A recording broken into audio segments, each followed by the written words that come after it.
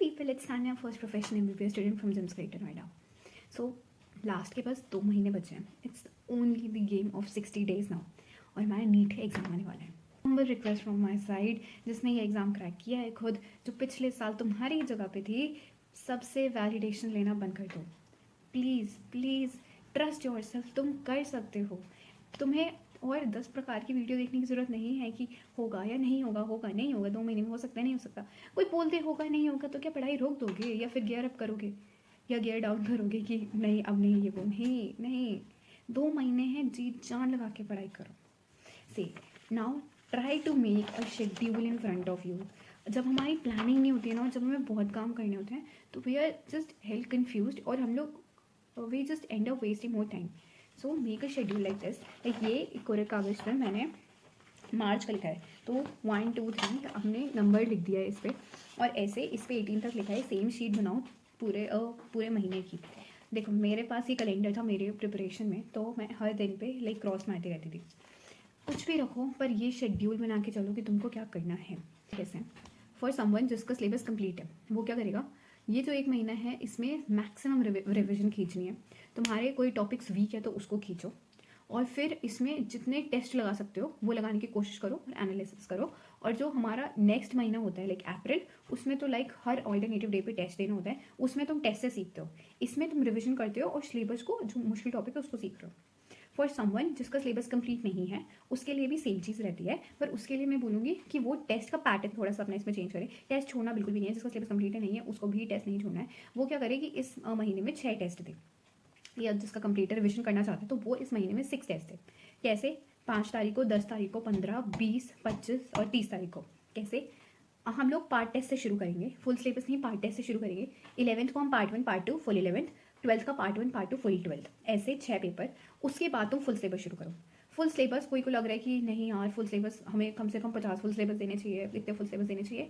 मैं कहती हूँ कम से कम तुमको 20 फुल सिलेबस टेस्ट देने चाहिए. 15-20 टेस्ट तो फुल सिलेबस ज़रूर देने चाहिए. अब ये तुम टेस्ट मार्च के आखिर से शुरू कर सकते हो या फिर अगले महीने पूरा यही चलता है. हर ऑल्टरनेटिव डे पे टेस्ट या एक दिन में 2 टेस्ट. ये फ्रीक्वेंसी होती है लोगों की टेस्ट देने की. ठीक है, तो इस चीज़ से तो भागना ही नहीं है. टेस्ट देने से डर लग रहा है, अब इस डर को निकाल दो. इतने टेस्ट दो ना कि डर लगना बंद हो जाए.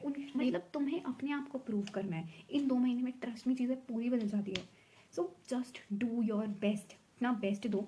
एक अपने सामने काउंटडाउन रखो कि ओके ये दिन काटा. वेस्ट नहीं करना है टाइम अपना. अब पर डे का भी शेड्यूल बनाओ. Like I show you my diary जो मेरी नीट के टाइम की थी. ये वाली डायरी मेरी नीट के टाइम की थी. इसमें मैं क्या करती थी, मेरे पर दिन के कुछ टारगेट्स रहते थे तो मैं उसको ऐसे बॉक्सेस में बनाती थी. पर हर वाइज रख सकते हो. तो इसमें क्या था 12:01 या 2 मिनट, जैसे ये वाला तो पूरा ही है. तो मैं आपको दिखा देती हूँ. मैंने लिखा हुआ है कुछ ना कुछ जो भी मैंने किया उस पूरे का हिसाब रखो पर घंटा. पर घंटे का टाइम नहीं बनाना है कि पर 2 घंटे में मैं बायो का ये चैप्टर खत्म कर दूँगा. नहीं, पर तुम्हें ये पता होना चाहिए तुम्हारे सामने कि तुमने इस 1 घंटे में क्या किया है. उस चीज़ का हमें टारगेट बना के चलना है. ठीक है, इस चीज़ को करो. Don't waste your time.